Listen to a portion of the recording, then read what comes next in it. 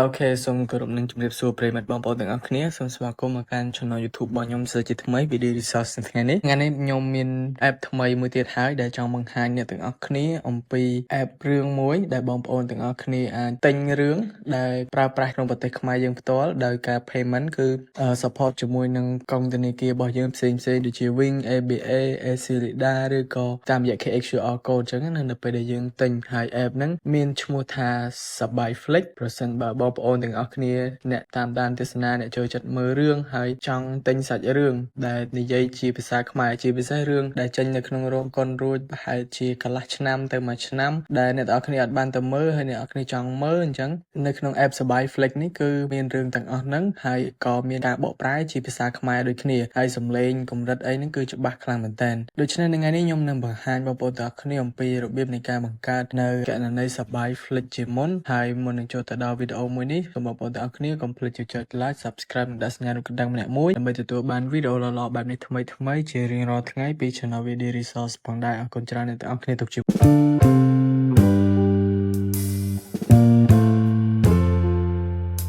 មុនអញ្ចឹងនៅក្នុង app សបាយ Flick នេះផងដែរគឺបងប្អូនទាំងអស់គ្នាឥឡូវនេះគឺខ្ញុំអាចប្រាប់បងប្អូនទាំងអស់គ្នាបានថាយើងអាចទិញសាច់រឿងហើយយើងអាចរកលុយតាមរយៈការណែនាំសមាជិករបស់យើងផ្សេងៗនៅពេលដែលបងប្អូនគាត់ទិញសាច់រឿងតាមរយៈ link ដែលគាត់បានចុះឈ្មោះតាមរយៈ link របស់យើងអីចឹងទៅហើយគាត់ទិញសាច់រឿងមួយរឿងក៏យើងទទួលបានគេហៅថា commission គេហៅកុងសុងសម្រាប់ដល់ពេលដែលយើងទទួលបានការទិញឬក៏ប្រតិបត្តិការទិញសាច់រឿងផ្សេងៗពី app សបាយ Flick ហ្នឹងហើយគឺគេនឹងបញ្ជូនលុយមកនៅក្នុងដំណាក់កាលនៃការស្នើសុំការរកលុយផ្សេងៗនឹងបង្ហាញបងប្អូននៅវីដេអូក្រោយដោយសារតែនៅក្នុងវីដេអូមួយនេះគឺខ្ញុំនឹងផ្ដោតទៅលើការបង្កើតនៅគណនីសបាយ Flick អញ្ចឹងដូចដែលខ្ញុំបានដាក់នៅក្នុង thumbnail អញ្ចឹងយើងអាចទិញសាច់រឿងដែលមាននៅក្នុងរោងកុនចេញយូរហើយមកមើលតម្លៃសមរម្យឬក៏ចូលជាសមាជិកក៏បានឬក៏បងប្អូនរងចាំវីដេអូក្រោយអំពីរបៀបនៃការស្នើសុំពាក្យបញ្ជូនពាក្យរកលុយផ្សេងៗដែលទៅកាន់ក្រុមហ៊ុនសបាយ Flick ដូចគ្នា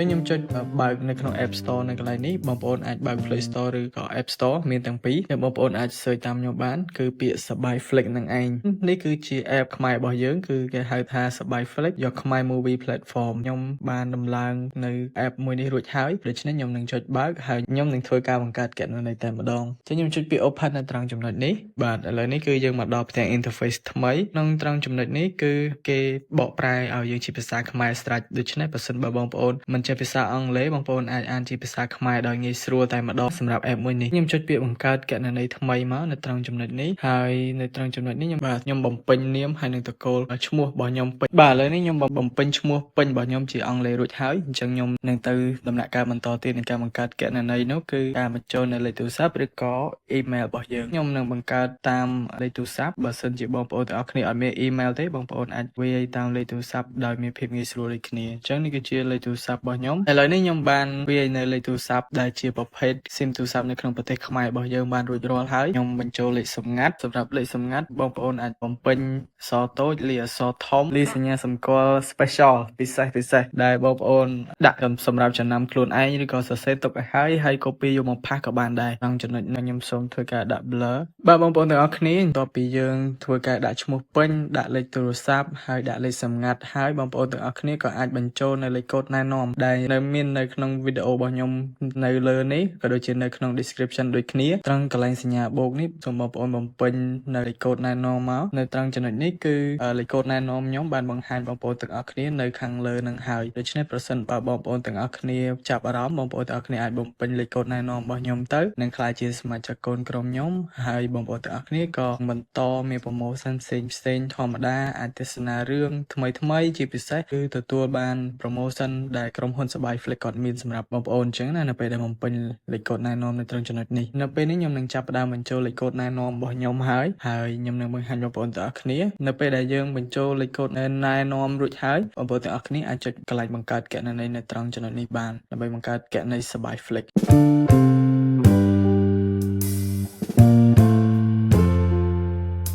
ឥ ឥឡូវនេះគឺខ្ញុំបង្កើតទទួលបានជោគជ័យហើយគេដាក់ថា Sabai Flick would like to send you notification may include sound alert អញ្ចឹងខ្ញុំចុចពាក្យ allow នៅត្រង់កន្លែងនេះបន្ទាប់មកគឺសូមរងចាំបន្តិចដើម្បីក្រុមហ៊ុនគាត់បើក access ផ្សេងៗនៅពេលនេះគឺយើងអាចចូលបានហើយសម្រាប់ app រឿង Sabai Flick ដែលនិយាយជាភាសាខ្មែរហើយមានរឿងផ្សេងៗច្រើនខ្លាំងមែនទែនដែលបាន upload ក៏ដូចជាបកប្រែជាភាសាខ្មែរថ្មីចឹងបងប្អូនអាចមើលតាម description ឬក៏ notification នៅត្រង់កន្លែងសារថ្មីនេះក៏បានដែរបាទភាពយន្តថ្មីអីចឹងណាហើយប្រតិបត្តិការរបស់យើងនឹងមាននៅត្រង់កន្លែងនេះដោយសារតែបើសិនជាយើងទិញសាច់រឿងយើងទិញរឿងទិញអីគឺយើងនឹងចាប់ផ្ដើមនៅមាន notification នៅក្នុងកន្លែងប្រអប់សារយើងតែម្ដងអញ្ចឹងយើងមាន menu ច្រើនដូចជាទំព័រដើមរឿងទាំងអស់ការស្វែងរករឿងរបស់អ្នកនិងគណនីអញ្ចឹងយើងអាចមើលរឿងផ្សេងក៏បានមើលរឿងទាំងអស់ដែលមាននៅក្នុង app ក៏បានភាគច្រើនគឺបងប្អូនរបស់យើងក៏ចូលចិត្តមើលរឿងខ្មោចដោយសាររឿងខ្មោចនៅក្នុង app ហ្នឹងគឺនិយាយជាភាសាខ្មែរហើយបកប្រែងាយស្រួលមើលទៀតផង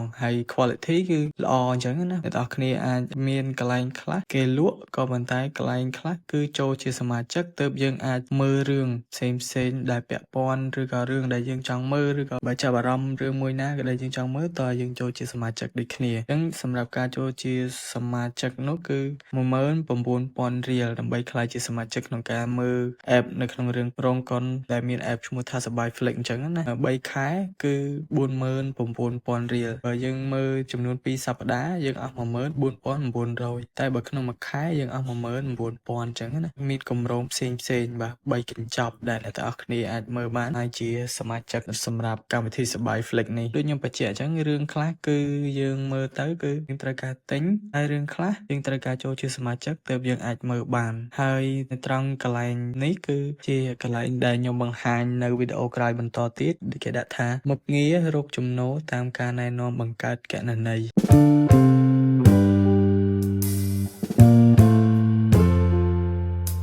បងប្អូនទាំងអស់គ្នាដោយដែលខ្ញុំបានបង្ហាញចឹងឯងនៅវីដេអូក្រោយខ្ញុំនឹងបង្ហាញបងប្អូនទាំងអស់គ្នាដោយរបៀបនៃការបង្កើតនៅគណនីនេះគឺខ្ញុំបានបង្កើតឲ្យបងប្អូនហើយខ្ញុំបានណែនាំបងប្អូនត្រួសអំពីកម្មវិធី Sabai Flick នេះជាកម្មវិធីអីហើយយើងចង់មើលកុនឬក៏ការចូលជាសមាជិកមានកម្រងប៉ុន្តែបើនៅវីដេអូក្រោយគឺខ្ញុំនឹងបង្ហាញបងប្អូនទាំងអស់គ្នាជាមួយនឹងមុខងារមួយនេះដែលយើងអាចរកលុយនៅពេលដែលមាននរណាម្នាក់គាត់ចុះឈ្មោះតាមរយៈ link យើងឬក៏ទិញរឿងក៏យើងទទួលបានលុយចុះឈ្មោះតាមរយៈlink ដែលយើងបានណែនាំគឺយើងទទួលបានលុយហើយគេចូលជាសមាជិកនៅក្នុងគម្រោងណាមួយនៅត្រង់ចំណុចនេះយើងទទួលបានលុយដូចគ្នាដែរប៉ុន្តែលុះត្រាតែពួកគាត់ចង់មើលរឿងនៅក្នុងកម្មវិធី Sabai Flick ហើយគាត់ទិញគាត់អីចឹងណាបាទអញ្ចឹងខ្ញុំនឹងបង្ហាញបងប្អូនទាំងអស់គ្នានៅវីដេអូក្រោយបន្តទៀតដូចគ្នាពាក់ព័ន្ធនឹងត្រង់ចំណុចហ្នឹងនៅត្រង់ចំណុចនេះខ្ញុំបញ្ជាក់ឲ្យដែរថានៅពេលយើងស្នើសុំហ្នឹងគឺយើងអាចដាក់ payment របស់យើងជា KHQR code ដើម្បីក្រុមហ៊ុន check ហើយនៅពេលដែលការ subscription អីមួយទទួលបានរួចរាល់ជោគជ័យ 100% commission គេហៅថាកុងសុងហ្នឹងនឹងលុយ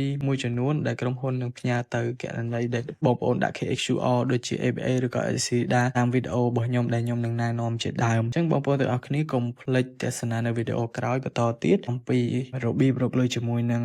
app មួយនេះឬក៏ការបង្កើនប្រាក់ចំណូលតាមរយៈ app Sabai Flick មួយនេះផងដែរអរគុណច្រើនខ្លាំងមែនទែនអ្នកទាំងអស់គ្នាសម្រាប់ការទស្សនាវីដេអូមួយនេះអំពីរបៀបនៃការបង្កើតនៅគណនី app មើលកុនដែលមានឈ្មោះថា Sabai Flick តាំងពីដើមរហូតដល់ចប់ដូច្នេះសូមកុំភ្លេចចុច like subscribe និងដាក់សញ្ញារូបកណ្ដឹងម្នាក់មួយដើម្បីទទួលបានវីដេអូល្អៗបែបនេះថ្មីជារៀងរាល់ថ្ងៃពី Channel VD Resource ផងដែរបាទអរគុណច្រើនអ្នកទាំងអស់គ្នាជួបគ្នាបន្តទៀតនៅវីដេអូអំពីរបៀបរកលុយតាមកម្មវិធី Sabai Flick នៅថ្ងៃស្អែកអរគុណច្រើនបាទសូមគោរពនឹងជម្រាបសួរប្រិយមិត្តបងប្អូនទាំងអស់គ្នាសូមស្វាគមន៍មកកាន់ Channel YouTube របស់ខ្ញុំសាជាថ្មី VD Resource នៅថ្ងៃនេះផងដែរដោយដែលបានសន្យាកាលពីវីដេអូរបៀបនៃការបង្កើតគណនី Sabai Flick ដើម្បីអ្នកទាំងអស់គ្នាអាចមើលកុនកាលពីវីដេអូមុនគឺខ្ញុំនឹងបង្ហាញអ្នកទាំងអស់គ្នាអំពីរបៀបនៃការរកលុយផ្ទាល់ជាមួយនឹងកម្មវិធី Sabai Flick ដោយគ្រាន់តែយើងស្នើសុំឬក៏បំពេញបែបបទមួយចំនួនដើម្បីស្នើសុំក្រុមហ៊ុនឬក៏កម្មវិធី Sabai Flick បើកន្លែង commission ឬក៏គេហៅថា referral ជា partner ជាមួយនឹងកម្មវិធី Sabai Flick ឲ្យមកកាន់យើងនៅពេលដែលយើងមានសមាជិកថ្មីដែលគាត់ចុះឈ្មោះតាម link យើងឬក៏គាត់ទិញសាច់រឿងផ្សេងគាត់ចូលជាសមាជិកគឺយើងទទួលបាន 10% តែម្ដងដែលនៅក្នុងពេលបន្តិចទៀតនេះខ្ញុំនឹងអានក៏ដូចជាបញ្យល់បងប្អូនត្រួសលម្អិតហើយក៏សូមអធិស្ឋានបើសិនបើវីដេអូនេះនិយាយរៀងច្រើនសម្រាប់បងប្អូនដែលថ្មីក៏ដូចជាបកស្រាយមួយដើម្បីឲ្យបងប្អូនងាយយល់ហើយនឹងតាមដំណាក់កាលនីមួយដោយរលូនដូចគ្នាអញ្ចឹងវីដេអូនេះ នេះគឺរៀងវែងបន្តិចហើយបងប្អូនទាំងអស់គ្នាបើសិនជាទៅទស្សនារបៀបរកលុយបន្តទៀតសូមបងប្អូនទាំងអស់គ្នាកុំភ្លេចចុច like subscribe និងដាក់សញ្ញារូបកណ្ដឹងម្នាក់មួយដើម្បីទទួលបានវីដេអូល្អៗបែបនេះថ្មីៗជារៀងរាល់ថ្ងៃពី Channel Video Resource ពាក់ព័ន្ធអំពីការរកលុយក៏ដូចជាគន្លឹះនៃចំណេះដឹងពាក់ព័ន្ធអំពីទូរស័ព្ទដៃផ្សេងៗដូចគ្នាផងដែរ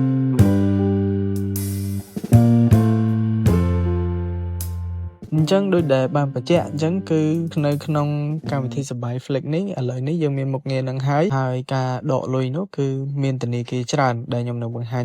នៅពេលបន្តិចទៀតអញ្ចឹងនៅពេលដែលបងប្អូនអង្គទិញរឿងឬក៏មិនទាន់មានគណនីអីខ្ញុំណែនាំឲ្យទៅមើលនៅវីដេអូមុនvàនៅខាងស្ដាំដៃខាងលើក៏បានដែរអញ្ចឹងដើម្បីអាចរកលុយបានជាមួយនឹងកម្មវិធីសបាយ Flex បងប្អូនចូលទៅក្នុងគណនីនៅខាងក្រោមនេះដែលខ្ញុំបានដាក់បង្ហាញបន្ទាប់មកនេះគឺជាកន្លែងគេដាក់ថាកម្មវិធីរកប្រាក់ចំណូលមុខងាររកចំណូលតាមការណែនាំបង្កើតគណនីប្រិមិត្តអាចរកប្រាក់បានពីមិត្តភ័ក្តិដែលទិញរឿងឬក៏ភ្ជាប់គម្រោងផ្សេងជាពិសេសគេចូលជាសមាជិកក៏យើងទទួលបានដូចគ្នាដែរណាបងប្អូនទាំងអស់គ្នាអញ្ចឹងខ្ញុំចុចស្នើសុំរកលុយឥឡូវនេះដើម្បីបង្ហាញបងប្អូនបន្តទៀតគេដាក់ថាអំពីកម្មវិធីរកប្រាក់ចំណូលគេមាន3ចំណុចធំ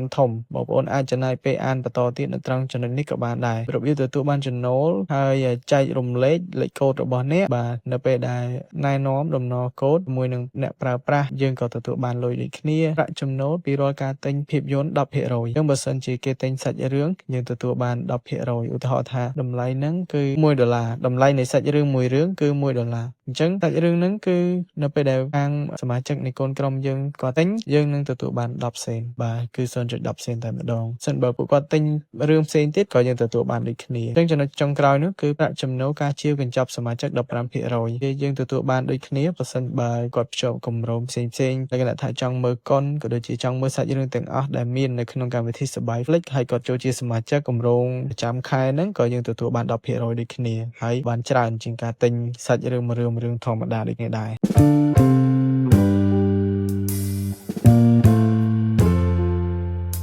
អូខេអញ្ចឹងឥឡូវនេះខ្ញុំបំពេញពាក្យស្នើសុំដើម្បីបង្ហាញបងប្អូនទាំងអស់គ្នាផងដែរអញ្ចឹងអ្នកនរគ្នាអាចមើលតាមដំណាក់កាលបន្តទៀតហើយសូមអធិស្ឋានដោយដែលខ្ញុំបានបញ្ជាក់អញ្ចឹងគឺរៀងយូរបន្តិចហើយបងប្អូនទាំងអស់គ្នាយើងចូលទៅដល់ដំណាក់កាលនៃការបំពេញពាក្យផ្សេងដើម្បីស្នើសុំរកលុយអញ្ចឹងគេដាក់ថាបញ្ចូលឈ្មោះគណនីរបស់អ្នកអញ្ចឹងនៅត្រង់ចំណុចនេះបងប្អូនមិនអាចធ្វើប្រហែលបានទេត្រូវការទៅមើលនៅលេខកូដធនាគារឬក៏ឈ្មោះធនាគារផ្សេងប្រសិនបើបងប្អូនឈ្មោះអីសូមបំពេញតាមរយៈធនាគារឈ្មោះនៅក្នុងធនាគារបងប្អូនឲ្យច្បាស់ដូចជា ACIDA ABA ឬក៏ Wing True Money អីជាដើមអញ្ចឹងខ្ញុំទៅមើលលេខគណនីធនាគាររបស់ខ្ញុំសិនសូមខ្ញុំទៅមើលឈ្មោះគណនីរបស់ខ្ញុំអញ្ចឹងខ្ញុំមើលរួចហើយបងប្អូនទាំងអស់គ្នាអញ្ចឹងនេះគឺជាឈ្មោះនៅក្នុងគណនីរបស់ខ្ញុំគណនីធនាគារហ្នឹងគឺឈ្មោះខ្ញុំហើយសូមជ្រើសរើសធនាគារខ្ញុំជ្រើសរើសយកធនាគារ ABA ឥឡូវនេះខ្ញុំរើសបានរួចហើយបញ្ចូលលេខគណនីធនាគារអញ្ចឹងលេខគណនីធនាគារហ្នឹងគឺលេខ9ខ្ទង់បើនៅក្នុង ABA ក៏ប៉ុន្តែបើនៅក្នុង ACIDA អាចមានដល់14ខ្ទង់អីជាដើមអញ្ចឹងណាបងប្អូនទាំងអស់គ្នាអញ្ចឹងខ្ញុំនឹងបង្ហាញបងប្អូនហើយបញ្ចូលនៅលេខគណនីធនាគារបាទនេះគឺជាលេខគណនីធនាគារ ABA Bank របស់ខ្ញុំប៉ុន្តែសូមប្រាកដថាបងប្អូនទាំងអស់គ្នាបំពេញឲ្យបានច្បាស់លាស់និងត្រឹមត្រូវបងប្អូនទាំងអស់គ្នាអញ្ចឹងខ្ញុំបានបំពេញឈ្មោះធនាគារ ABA ហើយលេខទាំង9ខ្ទង់ហើយខ្ញុំនឹងបញ្ចូលជារូបភាព QR code ដែលខ្ញុំបាន save រួចរាល់ជាស្រេចចូលមកក្នុងកម្មវិធីសបាយ Flex នេះតែម្ដងបងប្អូនចុចលើកន្លែងក្តារនេះមកហើយដើម្បី upload QR code ដែលនៅក្នុងបើនៅ Android គេហៅ photo ឬក៏ gallery ចឹងទៅតែនៅ iOS គេហៅចេញពី photo ផ្ទាល់អញ្ចឹងខ្ញុំចុច select មកឥឡូវនេះខ្ញុំចុចពាក្យ upload នៅត្រង់កន្លែងនេះហើយខ្ញុំសុំកែឈ្មោះបន្តិចបងប្អូនទាំងអស់គ្នានៅត្រង់កន្លែងនេះដោយសារខ្ញុំដាក់កូដមុនក៏ពិតឈ្មោះគណនីខ្ញុំគឺឈ្មោះមុនហើយទៅកូដតាមក្រោយចឹងណានៅពេលដែលយើងបំពេញជាអង់គ្លេសបាទអូខេអញ្ចឹងខ្ញុំបំពេញពាក្យស្នើសុំខ្ញុំដាក់ថាចុចដើម្បីបញ្ចូលរូបភាព QR ថ្មីអានេះគឺយើងបានបញ្ចូលរួចហើយអធិស្ឋានអ្នកនរគ្នាអញ្ចឹងអ្នកនរគ្នាកុំចុចណានៅពេលដែលយើង upload រួចហើយគឺនេះគឺជាព័ត៌មានរបស់យើងត្រឹមត្រូវហើយបាទអញ្ចឹងខ្ញុំអូសមកក្រោមទៀតបន្ទាប់ពីខ្ញុំអូសមកក្រោមរួចហើយបងប្អូននឹងឃើញពាក្យថាដាក់ស្នើសុំដើម្បីរកលុយជាមួយនឹងកម្មវិធីសបាយ Flex នឹងតែម្ដងខ្ញុំចុចពាក្យដាក់ស្នើសុំឥឡូវនេះហើយឥឡូវនេះគឺគេដាក់ថាការដាក់ស្នើសុំរកប្រាក់គឺទទួលបានជោគជ័យហើយកំពុងត្រួតពិនិត្យដោយអំបញ្ញមិញចឹងឯងឥឡូវនេះខ្ញុំរងចាំបន្តិចដែរបាទអញ្ចឹងឥឡូវនេះខ្ញុំកំពុងតែស្នើសុំដូចគ្នាសិនបើការស្នើសុំរបស់ខ្ញុំជោគជ័យឬក៏មានបន្តទៀតខ្ញុំនឹងបង្ហាញបងប្អូនទាំងអស់គ្នាក៏ដូចជាកាត់វីដេអូបង្ហាញបងប្អូនទាំងអស់គ្នាដូចគ្នា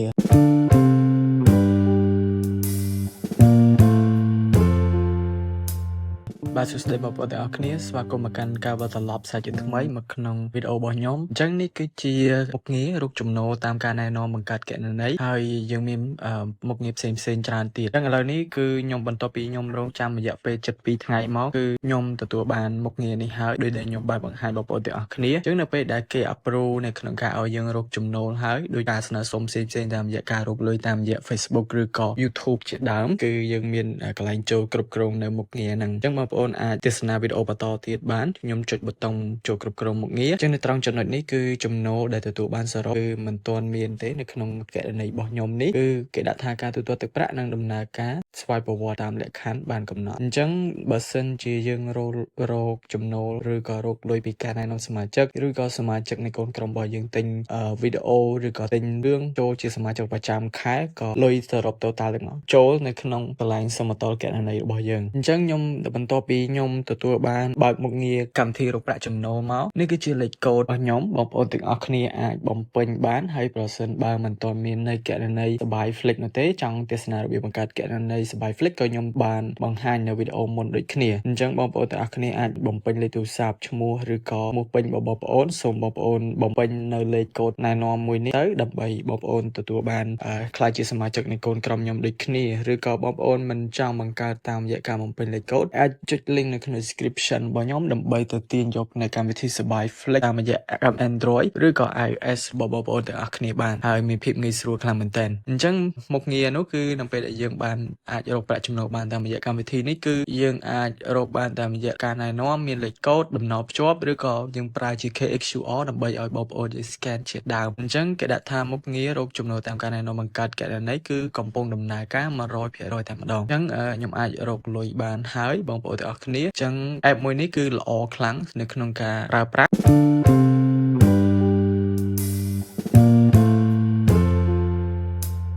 ហើយមួយទៀតខ្ញុំបញ្ជាក់ដែរថាប្រសិនបើបងប្អូនធ្វើដូចខ្ញុំចង់រកចំណូលបន្ថែមពីកម្មវិធីមួយនេះដោយអាចដកលុយទៅតាមរយៈនីតិនៅក្នុងស្រុកខ្មែរដូចជា ABA, Aclida, Wing ឬក៏គណនី True Money របស់បងប្អូនអាចចូលមកស្នើសុំឬក៏មើលវីដេអូពីដើមដល់ចប់នេះហើយបើសិនជាគេអត់ទាន់ approve ឲ្យយើងគឺបងប្អូនសូមចុចត្រង់កន្លែងនេះកន្លែងខ្ញុំគូរវងនឹងដែលមានពាក្យថាប្រឹក្សាផ្ទាល់បាទរូបសញ្ញាកាសហ្នឹងចុចពាក្យប្រឹក្សាផ្ទាល់ហ្នឹងទៅនឹងមាន link Telegram មួយដែលយើងទំនាក់ទំនងទៅតាមសបាយ Flick admin រួចហើយនេះគឺជាសបាយ Flick admin app ដែលគ្រាន់តែតាក់ទងទៅភ្លាមគាត់ជួយ check ឲ្យយើងភ្លាមតែម្ដងដោយដែលបងប្អូនបានឃើញហើយបងប្អូនអាចទៅសេដូចខ្ញុំបែបនេះទៅស្ដីបងប្អូនបានស្នើសុំមុខងារមួយនេះក្នុងការរកប្រាក់ចំណូលបន្ថែមប៉ុន្តែលើស24ម៉ោងមិនទាន់ឃើញខាងបង approve តាមមុខងារនេះនៅដំណើរការឬទេបងអញ្ចឹងគាត់ចូលមើលភ្លាមហើយគាត់នឹងចូលទៅ system របស់គាត់នៅក្នុងការ request ឃើញការ request យើង request ក្នុងការរកលុយមានព័ត៌មានអីត្រឹមត្រូវហើយគឺគាត់នឹង approve ឲ្យយើងតែម្ដងនេះបាទនៅត្រង់ចំណុចកន្លែង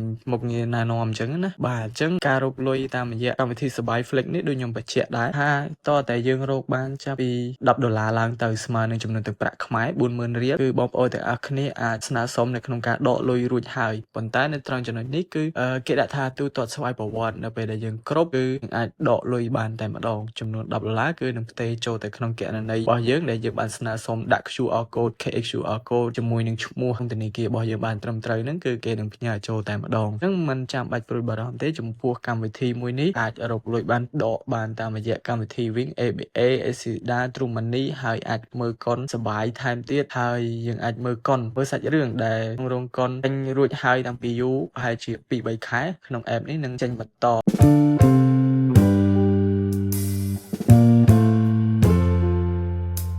ហើយសូមបញ្ជាក់ដែរថាក្នុងនេះមិនមែនចង់ឲ្យបងប្អូនទស្សនាអំពីការមើលរឿងដែលបែបមិនល្អអីនៅក្នុងការបញ្ជាក់មួយនេះគឺខ្ញុំចង់បញ្ជាក់ថានៅក្នុង app នេះគឺល្អនៅពេលដែលសាច់រឿងគេចេញយូរហើយយើងចង់មើលយើងអាចទៅមើលនៅក្នុងរោងកុននៅក្នុងកម្មវិធីសបាយ Flick នេះបានទិញកម្មសិទ្ធិនៅជាមួយនឹងរឿងផ្សេងហើយបកប្រែនិយាយជាភាសាខ្មែរសំឡេងគឺកម្រិតច្បាស់លក្ខណៈថា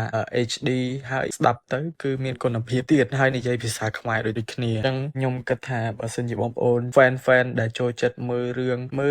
ផ្សេងរឿងមិនថារឿងភាគមិនថារឿងដែលនៅក្នុងរោងកុនយូរហើយអ្នកនរគ្នាចង់មើលតែអត់មានពេលមើលអ្នកនរគ្នាអាចចំណាយពេលមើលក្នុង app សបាយ Flick នេះបានគឺគាត់បានចំណាយថវិការបស់គាត់ដើម្បីបកប្រែជា script ហើយយកទៅបកប្រែនិយាយជាភាសាខ្មែរផ្ទាល់អញ្ចឹងត្រឹមតម្លៃ$1ឬក៏$4-5នេះខ្ញុំជាសមាជិកប្រចាំខែនេះខ្ញុំគិតថាมันច្រើនប្រហែលទេបងប្អូនទាំងអស់គ្នាអូខេអញ្ចឹងក្នុងវីដេអូមួយនេះគឺបង្ហាញបងប្អូនទាំងអស់គ្នារៀងច្រើនបន្តិចហើយអំពីកន្លែងមុខងារនៃការរកចំណូលតាមកម្មវិធីសបាយ Flick បើសិនជាបងប្អូនចង់ដឹងឬក៏มันមានចម្ងល់នៅកន្លែងណាសូមបងប្អូនបញ្ជាក់ឬក៏សរសេរនៅខាង line comment បន្ថែមដើម្បីឲ្យពួកយើងបានឆ្លើយហើយបានដឹងថាបញ្ហាដែលបងប្អូនជួបនឹងអីគេដែរបាទអញ្ចឹងវីដេអូរបស់ខ្ញុំនៅថ្ងៃនេះមានតែប៉ុណ្្នឹងឯងអំពីរបៀបរកលុយតាមរយៈការស្នើសុំរកលុយតាមរយៈកម្មវិធីសបាយ Flick ហើយជួបគ្នាបន្តទៀតជាមួយនឹងរបៀបនៃការទិញសាច់រឿងជារឿងមួយផ្ទាល់ហើយនឹងវីដេអូផ្សេងមួយទៀតគឺអំពីរបៀបនៃការចូលជាសមាជិកកម្មវិធីសបាយ Flick របស់ខ្ញុំបានដែរបងប្អូនទាំងអស់គ្នាអញ្ចឹងអរគុណអ្នកទាំងអស់គ្នាច្រើនខ្លាំងមែនទែនកុំភ្លេចចុច like subscribe និងសញ្ញារូបកណ្ដឹងដើម្បីទទួលបានវីដេអូល្អៗថ្មីដែលអំពីចំណេះដឹងនៃការរកលុយតាមអនឡាញលើសនៃការប្រើប្រាស់ជាមួយនឹងទូរស័ព្ទដៃផ្សេងដូចគ្នាកម្មវិធីនេះគឺសបាយ Flick គឺរកលុយបានពិតៗដកតាមធនាគារស្រុកខ្មែរគ្នាបន្តទៀតនៅវីដេអូក្រោយតាមពេលវេលានិងម៉ោងដដែលអូខេបាទសូមគោរពនឹងជម្រាបសួរប្រិយមិត្តបងប្អូនទាំងអស់គ្នាសូមស្វាគមន៍មកកាន់ Channel YouTube របស់ខ្ញុំសាជាថ្មី Video Resource នៅថ្ងៃនេះថ្ងៃនេះបណ្ដាខ្ញុំមានវីដេអូថ្មីដែលចង់បង្ហាញបងប្អូនទាំងអស់គ្នាអំពីរបៀបនៃការទិញសាច់រឿងក្នុង app សបាយ Flick តាមរយៈទូរស័ព្ទដៃរបស់យើងផ្ទាល់ហើយនឹងតាមរយៈការវេលុយពីកុងធនាគារ ABA ឬក៏បើសិនជាបងប្អូនទាំងអស់គ្នាប្រើ ACRIDA ក៏បងប្អូនអាចវេបានដូចគ្នាដែរនៅត្រង់ចំណុចនេះអញ្ចឹងណាបងប្អូនទាំងអស់គ្នាដូច្នេះសូមបងប្អូនទាំងអស់គ្នាកុំភ្លេចចុច like subscribe និងដាក់សញ្ញារូបកណ្ដឹងម្នាក់មួយដើម្បីទទួលបានវីដេអូល្អៗបែបនេះថ្មីជារៀងរាល់ថ្ងៃពី Channel Video Resource ផងដែរអរគុណច្រើនទាំងអស់គ្នាទុកជាមុននៅកាលពីវីដេអូរបស់ខ្ញុំកាលពីលើកមុនគឺខ្ញុំបានបង្ហាញបងប្អូនទាំងអស់គ្នាច្រើនអំពីរបៀបនៃការបង្កើតគណនីរបៀបរកលុយតាមរយៈកម្មវិធីសបាយ Flick គឺយើងអាចស្នើសុំ admin របស់កម្មវិធីសបាយ Flick នៅក្នុងការរកលុយហើយប្រសិនបើបងប្អូនមិនទាន់មានគណនីទេបងប្អូនអាចទស្សនាវីដេអូសង្ខេបនៅលើវីដេអូមួយនេះអំពីរបៀបនៃការបំពេញផ្សេងជាមួយនឹងការ download app បងប្អូនអាចចុច link នៅក្នុង description របស់ខ្ញុំក៏បានដែរដើម្បីទៅ download app ហើយនៅពេលដែលបងប្អូនបង្កើតគណនីបំពេញឈ្មោះរបស់បងប្អូន email ប្រសិនបើមានឬក៏បងប្អូនបំពេញជាលេខទូរស័ព្ទក៏បានដែរបន្ទាប់មកចុចសញ្ញាបូកហើយបងប្អូនអាចវាយលេខកូដណែនាំដែលមាននៅលើអេក្រង់នឹងស្រេចមួយនឹង description របស់ខ្ញុំដូចគ្នាពេលយើងបង្កើតរួចគឺគ្រាន់តែចុចបង្កើតគណនីទៅគឺយើងបានគណនីមួយសម្រាប់ទុកមើលរឿងឬក៏ទុកទិញរឿងប្រើប្រាស់នៅពេលក្រោយហើយអញ្ចឹងនេះគឺជាការសង្ខេបពាក់ព័ន្ធអំពីរបៀបនៃការបង្កើតនៅគណនី account សបាយ Flick នៅក្នុងទូរស័ព្ទដៃរបស់យើងផ្ទាល់អញ្ចឹងណាបងប្អូនទាំងអស់គ្នា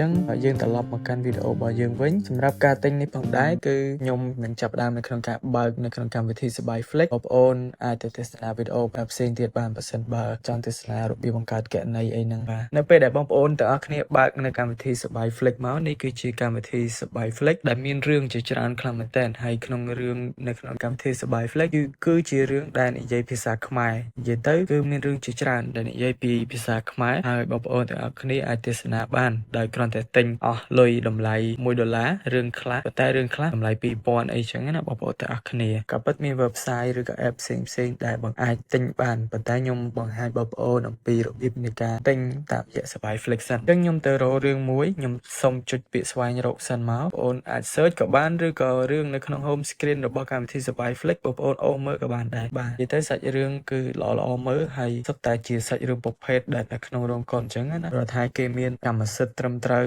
ឬក៏ការគ្រប់គ្រងត្រឹមត្រូវបញ្ជាក់ដែរថាមិនមែនទៅលួចមើលឬក៏ចូលទៅ app ណាមួយដើម្បីលួចមើលសាច់រឿងគេទេយើងទិញត្រឹមត្រូវហើយទិញពីកម្មវិធីផ្សេងដែលគេបានណែនាំយើងដូចគ្នាខ្ញុំនឹងទិញសាច់រឿងមួយនៅពេលនេះខ្ញុំស្វែងរករឿងខ្ញុំស្វែងរកចំណងជើងម្ដងទៀតគឺខ្ញុំ search រករឿងមួយដែលមានឈ្មោះថាភូមិអាត់កំបាំងបងប្អូនទាំងអស់គ្នាអញ្ចឹងខ្ញុំចុចកន្លែង poster ហ្នឹងមកបាទនេះបងប្អូនក៏អាចចុចតាមខ្ញុំបានដែរបាទ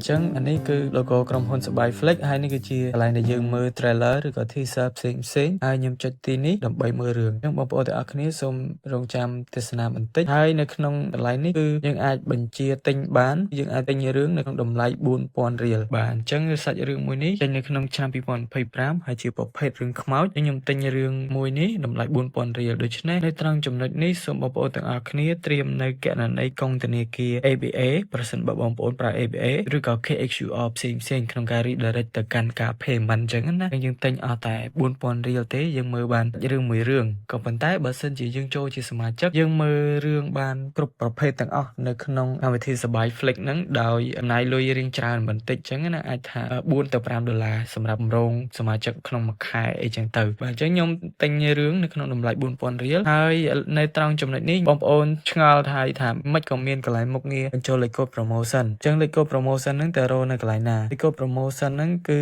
បងប្អូនអាច back មកវិញសិនមកសូមអធិស្ឋានខ្ញុំបោះបង់សិនហើយខ្ញុំចូលទៅកន្លែងប្រអប់សារបន្ទាប់ពីចុចពាក្យប្រអប់សារហើយគឺត្រង់កន្លែងសូមអធិស្ឋានបងប្អូនអរគ្នាខ្ញុំចុចពាក្យកន្លែង promotion នេះមកនេះហើយយើងអាចប្រើបានម្ដងហ្នឹងលេខកូដ promotion មួយនេះគឺយើងប្រើនៅពេលដែលបង្កើតកម្មវិធីបានកម្មវិធីសបាយ Flex ហ្នឹងបង្កើតគណនីបានភ្លាមយើងមានលេខកូដ promotion នៅក្នុងគណនីរបស់យើងភ្លាមតែម្ដងត្រង់កន្លែង menu promotion មិញហ្នឹងខ្ញុំចុចពាក្យចម្លងលេខកូដនៅកន្លែងនេះឲ្យហើយមកខ្ញុំចុច back មកវិញបាទអញ្ចឹងចំណាំមកហើយយើងបើកនៅកន្លែងនេះខ្ញុំស្វែងរកមកបងប្អូនទាំងអស់គ្នាឈ្មោះថាភូដូចបំពេញមិញហើយខ្ញុំចាប់ផ្ដើមនៅក្នុងការចូលទៅ poster ម្ដងទៀតខ្ញុំសុំ stop នៅវីដេអូមួយនេះសិនហើយខ្ញុំចុចទីនេះដើម្បីមើលរឿងបន្ទាប់មកខ្ញុំទិញរឿងនៅក្នុងតម្លៃ 4000 រៀលប៉ុន្តែខ្ញុំបញ្ចូលលេខកូដបញ្ចុះតម្លៃ 50% ខ្ញុំអស់តែ 2000 រៀលទេអញ្ចឹងខ្ញុំចុចដាក់ចូលនៅត្រង់ចំណុចនេះមកចុចម្ដងហើយនឹងលោតពាក្យដាក់ចូលឬក៏អង់គ្លេសហៅថា paste រួចហើយបាទអញ្ចឹងគេដាក់ថាលេខកូដត្រឹមត្រូវខ្ញុំចុចពាក្យថាធ្វើរួចរាល់នៅពេលនេះគឺយើងអស់ត្រឹមតែ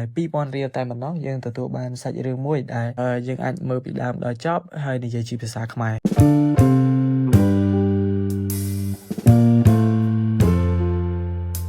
ខ្ញុំចុចពាក្យទូទាត់សាច់ប្រាក់នៅត្រង់ចំណុចនេះនៅត្រង់ចំណុចនេះគឺជាកន្លែងដែលបងប្អូនទាំងអស់គ្នា scan ដើម្បីធ្វើការ payment ទៅកាន់ក្រុមហ៊ុនសបាយ Flex ខ្ញុំចុចពាក្យចម្លងនៅត្រង់ចំណុចនេះមកឥឡូវនេះខ្ញុំថតចម្លងរួចរាល់ហើយខ្ញុំចុច allow full access បន្ទាប់មកខ្ញុំចូលទៅក្នុងកម្មវិធី ABA របស់ខ្ញុំហើយទី ABA របស់ខ្ញុំនេះគឺខ្ញុំនឹង upload KXUR code របស់ខ្ញុំនៅត្រង់ចំណុចនេះតែម្ដងបាទសួស្តីបងប្អូនទាំងអស់គ្នាដោយសារតែនៅពេលដែលខ្ញុំបើកកម្មវិធី ABA គឺកម្មវិធីហ្នឹងមិនឲ្យក្នុងការថត screen អីផ្សេងទេអញ្ចឹងខ្ញុំចុចពាក្យ ABA scan នៅត្រង់ចំណុចកន្លែងនេះហើយខ្ញុំចុចពាក្យបើក KXUR នៅត្រង់ចំណុចនេះខ្ញុំ allow full access ហើយខ្ញុំចុចកន្លែង QR code ដែលខ្ញុំបាន save មិនមកហើយខ្ញុំអត់តែ 2000 ទេឥឡូវនេះខ្ញុំជ្រើសរើសគណនីបន្ទាប់មកខ្ញុំចុចកម្មវិធីបង់ឥឡូវវានៅសល់ប្រហែលជា3នាទីជាងទៀតយើងអាចចុច pay លឿនៗទៅបងប្អូនទាំងអស់គ្នាបាទអញ្ចឹងនេះគឺជាគណនីលេខកូដសម្គាល់របស់ខ្ញុំបងប្អូនទាំងអស់គ្នាសូមរងចាំកំពុងតែធ្វើការទៅកាន់កម្មវិធីសបាយ Flex រួចរាល់អញ្ចឹងយើងត្រឡប់ទៅកាន់ screen ទូរស័ព្ទដៃរបស់យើងវិញយើងចុចរួចរាល់បាទបងប្អូនទាំងអស់គ្នា